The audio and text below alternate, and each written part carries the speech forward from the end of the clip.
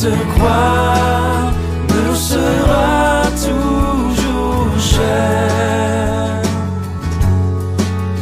Elle est gloire et victoire pour moi.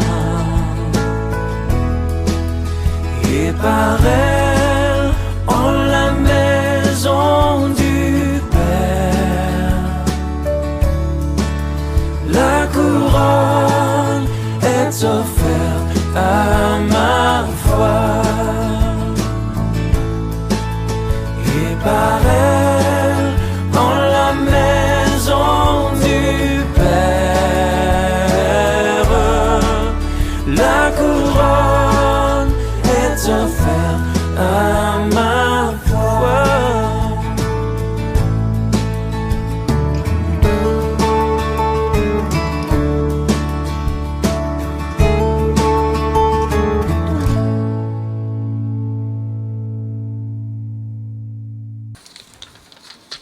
La présence du Seigneur est merveilleuse aujourd'hui. Amen. Je vais vous demander quelque chose avant de lire un passage dans Jérémie au chapitre 11. Je voudrais que vous pensiez à quelqu'un ou à plusieurs personnes peut-être que vous n'aimez pas. Ça peut être quelqu'un dans votre famille, dans le voisinage, au travail, à l'école, à la télé, parmi les politiciens. Je vous demande d'y penser et de garder ça en tête pour la fin du message. D'accord? Lisons dans Jérémie, chapitre 11,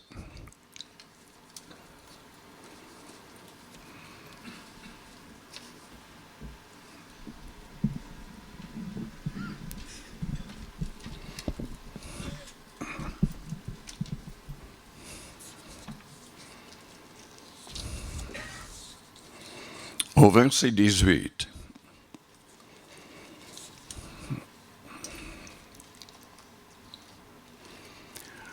J'aimerais vous dire, je vous dis en premier,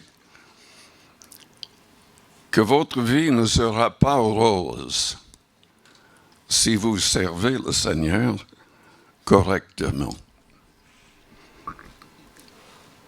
Elle sera rose parfois, peut-être souvent, mais pas toujours. Si vous servez le Seigneur correctement, bibliquement.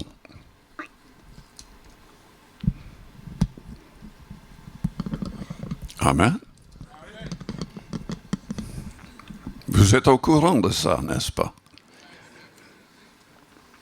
Vous savez que pour être un vrai disciple du Christ, suivant les pas des disciples qui étaient sur terre avec lui,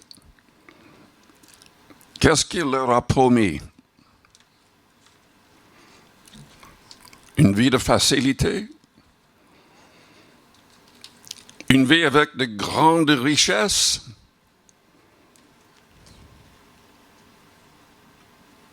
Une protection totale à jamais? Il ne faut pas oublier que Dieu a fait des choses extraordinaires pour protéger certains des apôtres pendant un temps, en tout cas. Pierre devait être exécuté et Dieu a agi pour qu'un ange ouvre la prison et qu'il sorte. Avec Paul et Silas, en prison aussi, Dieu a agi pour qu'ils partent. Il peut faire des miracles, mais qu'est-ce qu'il avait dit à tous ses apôtres, qu'ils seraient des martyrs, qu'ils seraient persécutés et torturés, qu'ils auraient des problèmes qui nous dépassent. Combien de personnes voudraient être comme les apôtres?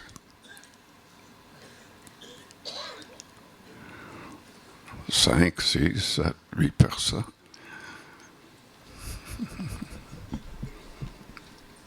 Ils ont quand même bouleversé leur monde. C'est grâce à eux que nous sommes là.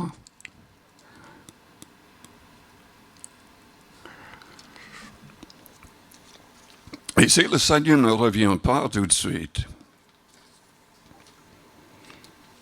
est-ce que d'autres, après nous, vont pouvoir dire, mais je suis là grâce à Roger?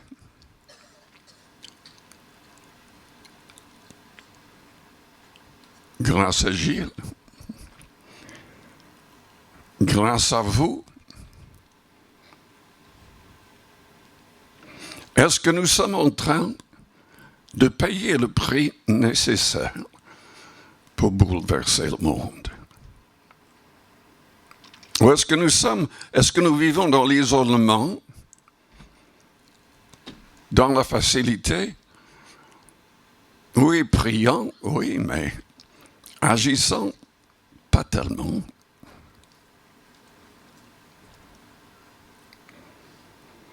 Enfin, lisons. Tous les prophètes avaient des problèmes. Les vrais prophètes, quand nous lisons l'Ancien Testament. Et ici, il y avait un complot contre Jérémie. Est-ce que vous comprenez que le diable voudrait monter des complots contre nous tous? Et peut-être que vous êtes en train de souffrir déjà, ou dans le passé, à cause d'un tel complot. L'Éternel m'en a informé. Et je l'ai su. Oui, le Seigneur a averti Jérémie et bien d'autres avant qu'ils passent par des épreuves terribles. Alors tu m'as fait voir leurs œuvres. J'étais comme un agneau familier qu'on mène à la boucherie. Et j'ignorais les mauvais desseins qu'ils méditaient contre moi. Détruisons l'arbre avec son fruit. Retranchons-le de la terre des vivants, qu'on ne se souvienne plus de son nom. Pourquoi il parlait de la sorte? Parce qu'il disait la vérité. Parce que les gens qui voulaient lui ôter la vie préféraient les prophètes qui disaient de bonnes choses à leur égard, mais c'était de la fausseté. Mais l'Éternel des armées est un juste juge qui sonde les rangs et les cœurs. Je verrai ta vengeance s'exercer contre eux, car c'est à toi que je confie ma cause. C'est pourquoi on parle l'Éternel contre les gens d'Anatote qui en veulent à ta vie, qui disent ne prophétise pas au nom de l'Éternel, ou tu mourras de notre main. C'est pourquoi ainsi parle l'Éternel des armées, voici, je vais les châtier. Les jeunes hommes mourront par l'épée, leurs fils et leurs filles mourront par la famine. Aucun d'eux n'échappera, car je ferai venir le malheur sur les gens d'Anatote l'année où je les châtierai. Nous ne devrions jamais oublier la différence entre l'Ancien et le Nouveau Testament. Jésus-Christ est venu avec un nouveau commandement. fait d'aimer, de ne pas se venger. Il a dit même qu'on devait quoi? Aimer nos ennemis et de manière active. Nous devons leur faire du bien. Nous devons prier et intercéder pour que Dieu les délivre de leur aveuglement, de leur peut-être possession démoniaque. Le monde est rempli de gens qui sont de plus en plus éloignés du Seigneur. Je voyais une vidéo de quelqu'un qui témoignait dans la rue et cet homme demandait, mais est-ce que vous suivez Jésus-Christ? Et une dame s'est tournée en disant, non, je ne suis pas Jésus-Christ, je suis sataniste. Et à New York, il y avait peut-être plus de 3000 personnes qui élevaient leurs mains pour adorer le diable et qui déchiraient des Bibles devant le public, devant les caméras. Ça passait dans tous les États-Unis. Et il y a des groupes dans toutes les villes qui essaient d'avoir à la fin de l'école, des petits groupes avec les jeunes pour les pousser à être satanistes, pour adorer le diable. Et vous pouvez lire 2 ou 3 fois dans l'Apocalypse où c'est marqué que même après les jugements qui vont s'abattre contre la terre, Dieu va manifester sa violence contre les hommes à cause du fait qu'ils ne se repentent pas. La Bible dit, en dépit de tout ce qu'il va faire, la vaste majorité ne vont pas se repentir de leurs adultères, de leurs meurtres, de leur adoration de démons.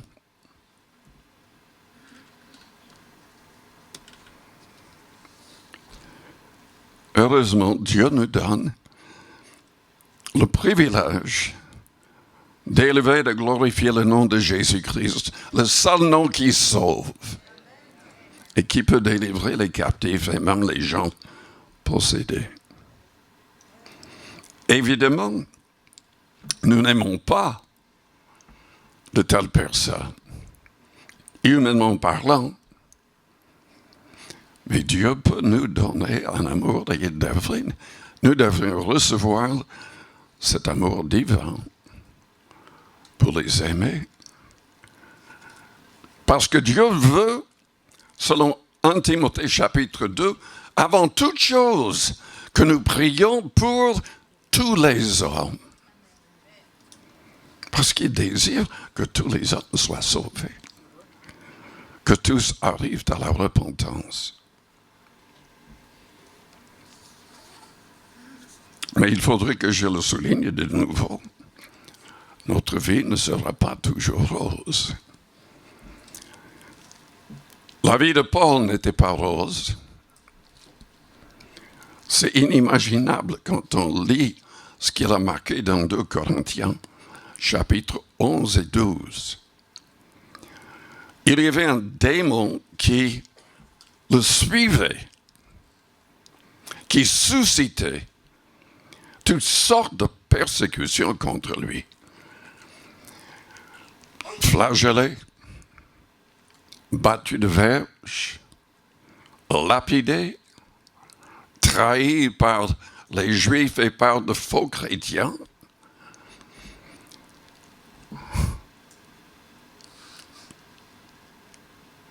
Dieu ne le protège pas même contre des bateaux qui coulent et contre des bandits. Il avait tellement de marques dans son corps, c'est inimaginable.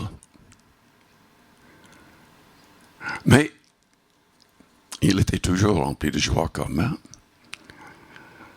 parce qu'il restait rempli du Saint-Esprit. Il disait dans Corinthiens 14, « Je rends grâce à Dieu de ce que je parle en langue plus que vous tous. » Il ne voulait plus qu'ils parlent en langue dans leur réunion, à moins de donner l'interprétation. Mais il voulait qu'ils prient beaucoup en langue, en dehors de l'Église. Il y a beaucoup de gens qui parlent en langue dans les églises, mais Dieu veut qu'on parle beaucoup plus dans notre recueillement personnel. Parce que celui qui parle en langue s'édifie lui-même, Paul a dit. Et il a parlé aussi de l'importance de prier en langue, d'intercéder en langue. Parce que c'est mystérieux, mais c'est très puissant. Et Dieu peut nous révéler, et écoutez bien, quand vous n'arrivez pas à aimer,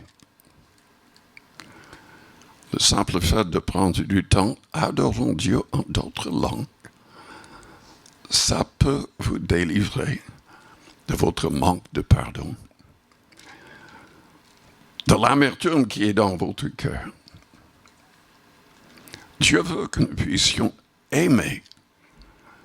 Jésus-Christ a dit, aimez-vous les uns les autres comme je vous ai aimé. Il aimait de la croix. Il pardonnait. Il demandait que Dieu pardonne, que son Père pardonne à ceux qui le mettaient à mort. Et en fait, la Bible dit dans Pierre chapitre 3 que la bénédiction peut être attirée sur nous uniquement si nous bénissons tous. Si nous bénissons nos ennemis.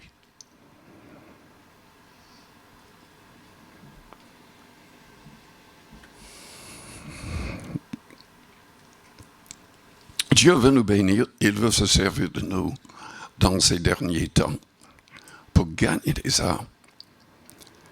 Mais est-ce que nous avons gagné des âmes? Combien de personnes est-ce que Dieu veut sauver au travers de vous? Au travers de nous tous.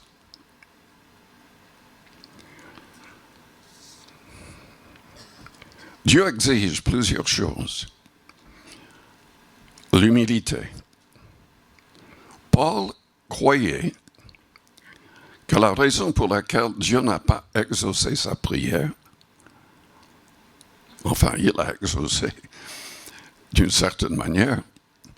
Il avait prié 3 fois que Dieu éloigne ce démon qui causait tous ces problèmes.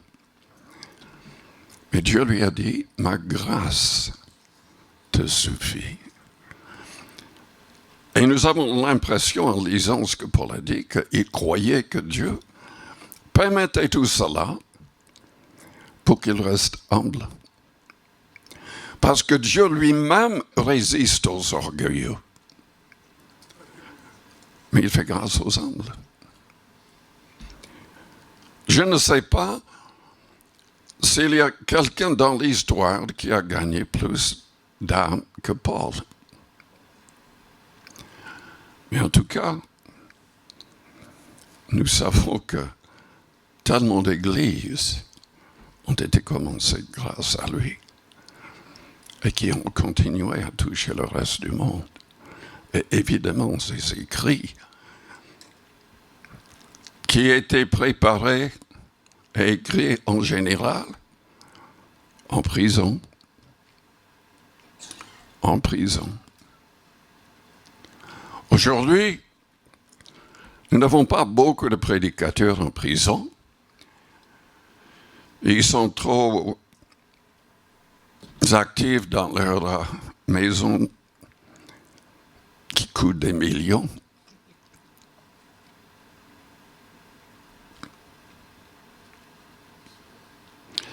Dans l'Exode, chapitre 19,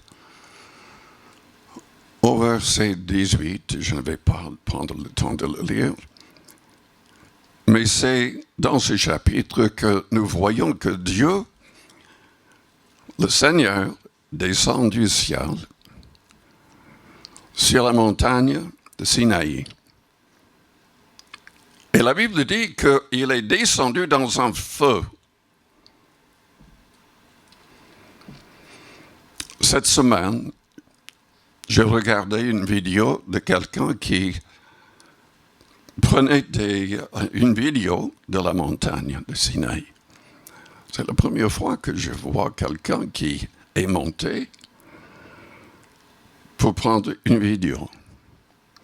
Et cette personne a révélé que vraiment la montagne a été brûlée. Les pierres en dessous étaient un marron clair, mais tout était brûlé par le feu. Vous savez que notre Seigneur et Sauveur Jésus-Christ va revenir. Il va revenir sur la montagne des Oliviers, d'où il est sorti, mais selon Paul, dans 2 Thessaloniciens, chapitre 1er, il ne va pas revenir exactement comme il est sorti, à moins que Luc ait oublié d'ajouter tous les détails. Il va revenir dans une flamme de feu. Et il va revenir pour punir ceux qui ne connaissent pas Dieu, qui ont lutté même contre le message de l'Évangile.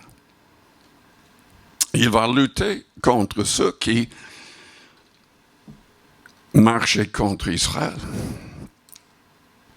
contre les promesses de sa parole.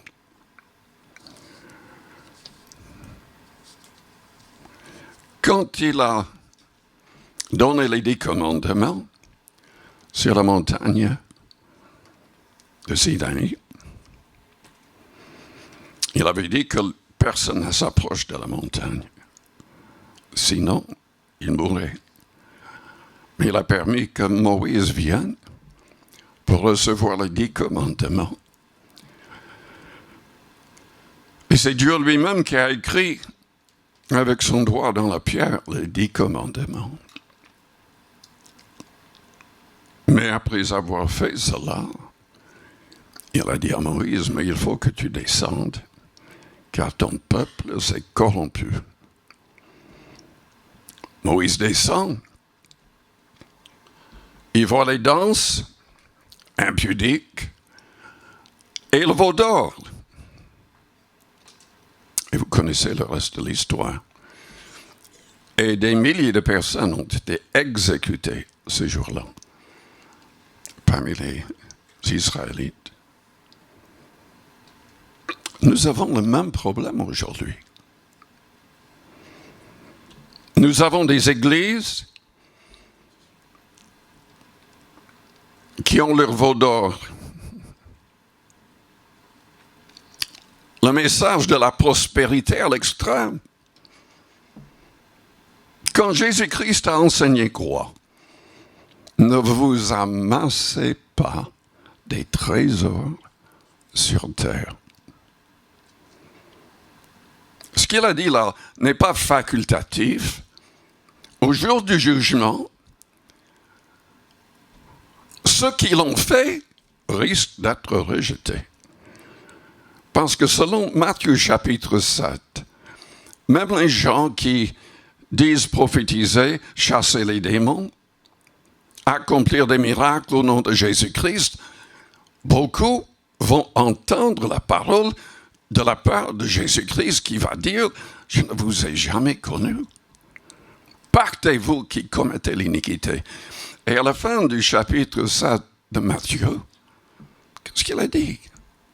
Il a dit que uniquement les personnes qui mettraient ces commandements en pratique seraient sauvées.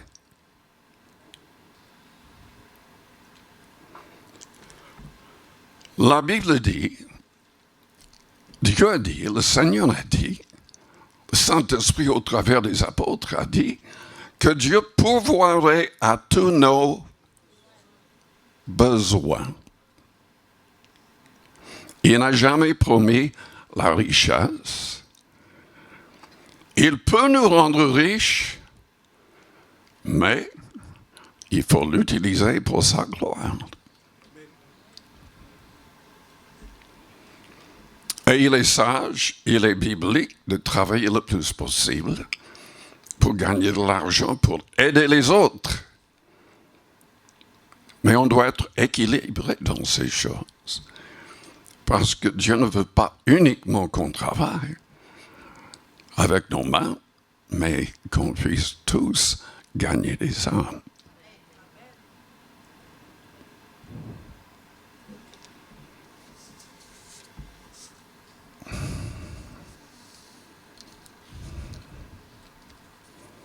Le Seigneur va revenir dans une flamme de feu et il va punir. Dans le même chapitre de 2 Thessaloniciens, chapitre 2, Paul parle du retour du Christ. Et c'est triste ce qu'il dit parce qu'il y aura des gens qui vont être rejetés, même pire que ça, qui, selon la Bible, vont suivre tout ce qu'il faut, l'Antichrist et tout le reste. Ils vont adorer la bête contre la parole. Parce que Dieu lui-même va leur envoyer une puissance d'égarement. Parce qu'ils n'aimaient pas la vérité. Parce qu'ils préféraient se livrer à la carnalité, à la chair, plutôt que de vivre pleinement par l'Esprit Saint. Paul vivait pleinement par l'Esprit Saint. Et il arrivait à tout surmonter, à tout supporter. Comme Étienne. Voilà un autre exemple. Dans Actes 7 au verset 55, 56. Enfin, c'est bien de lire tout ce chapitre parce qu'il y a le long message d'Étienne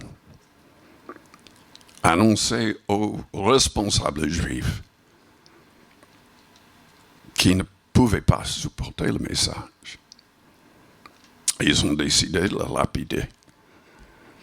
Mais Étienne, parce qu'il était rempli du Saint-Esprit, arrivait à aimer et à prier pour ceux qui le mettaient à mort.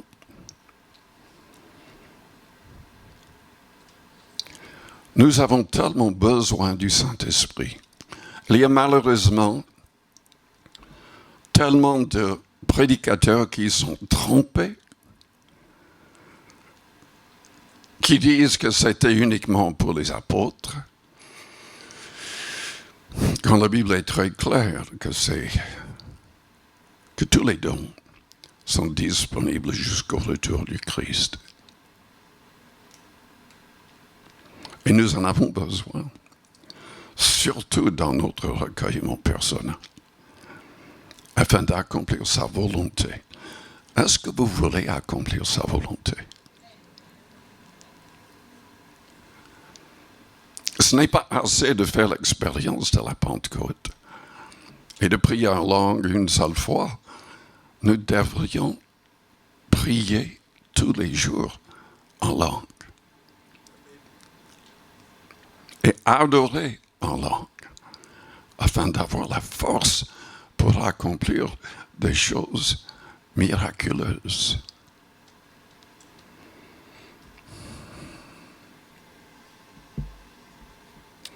Nous devrions intercéder par le Saint-Esprit. Mais revenons à l'importance de l'obéissance au commandement. Ne vous amassez pas des trésors sur terre, mais amassez-les au ciel. Nous le faisons en travaillant de nos mains, si nous utilisons l'argent pour aider les gens dans le besoin. Nous le faisons notre travail pour gagner des âmes, tout cela va être pris en compte quand nous serons récompensés ou pas.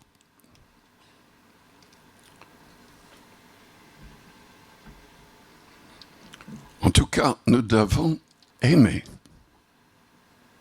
de manière active.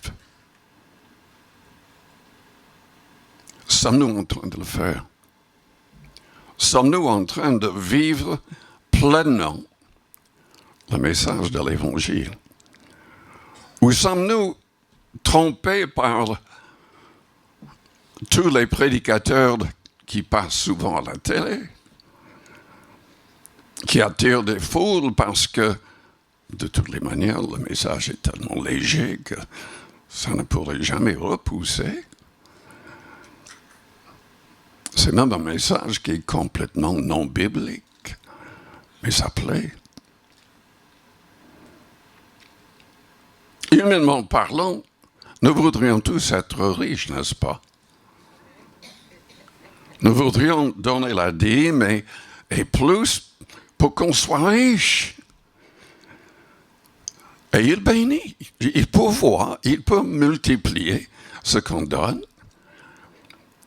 Mais ça ne va pas si on se laisse avoir par l'amour de l'argent qui peut complètement nuire à notre spiritualité.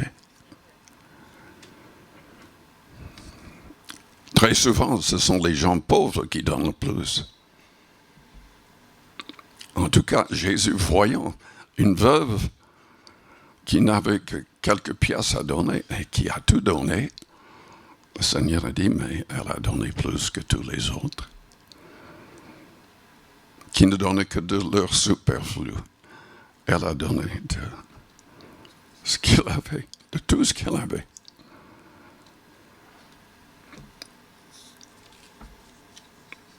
Sommes-nous en train de vivre le vrai message de l'Évangile?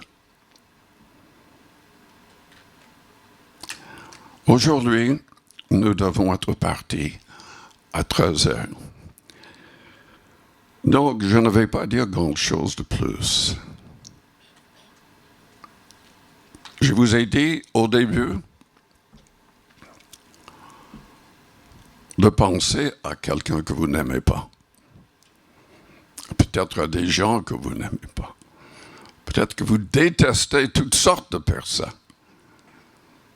Vous savez ce que nous allons faire? Nous allons prier maintenant. Et je vous demande de prier pour ces personnes-là. Je vous demande de demander en premier pardon à Dieu. Parce que vous n'avez pas déjà prié pour ces gens. Que vous avez plutôt parlé contre eux, peut-être agi contre eux.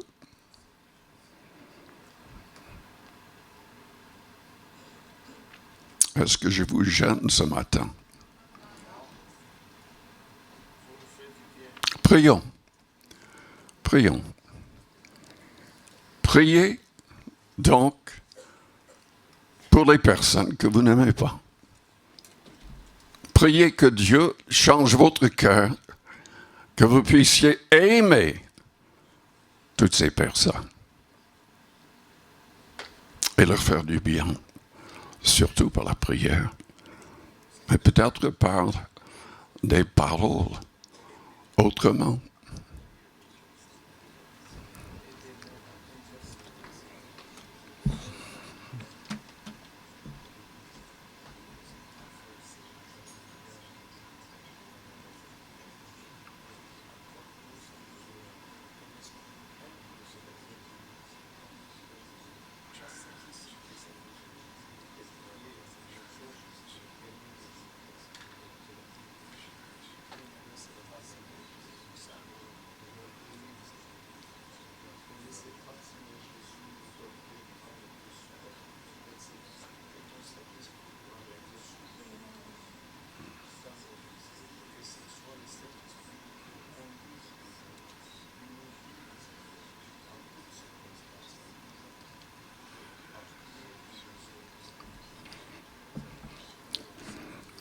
Priez pour les politiciens, ils en ont besoin. Besoin de délivrance. Besoin du vrai salut. Priez pour les gens au travail. Priez pour les personnes à l'école. Priez pour les personnes qui vous embêtent ou qui ne vous embêtent pas dans le voisinage. Ils ont tous besoin du Seigneur. Sommes-nous fidèles en annonçant ta parole? Alléluia.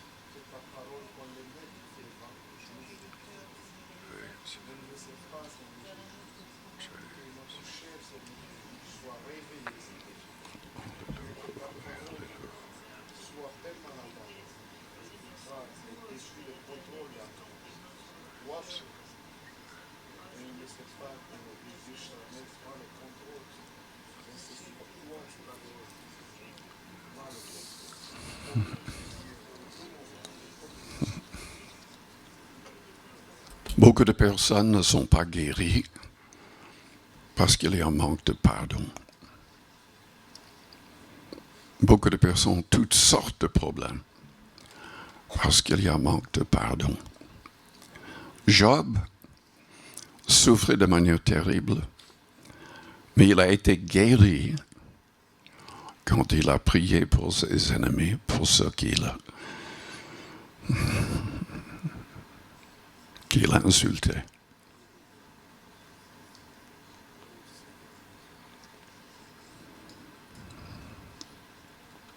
Je voudrais que les musiciens reviennent.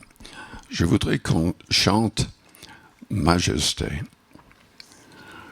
Et en chantant ce cantique, je vous demande, ouvrez votre cœur au Saint-Esprit. Recevez la plénitude du Saint-Esprit. Il peut tout changer.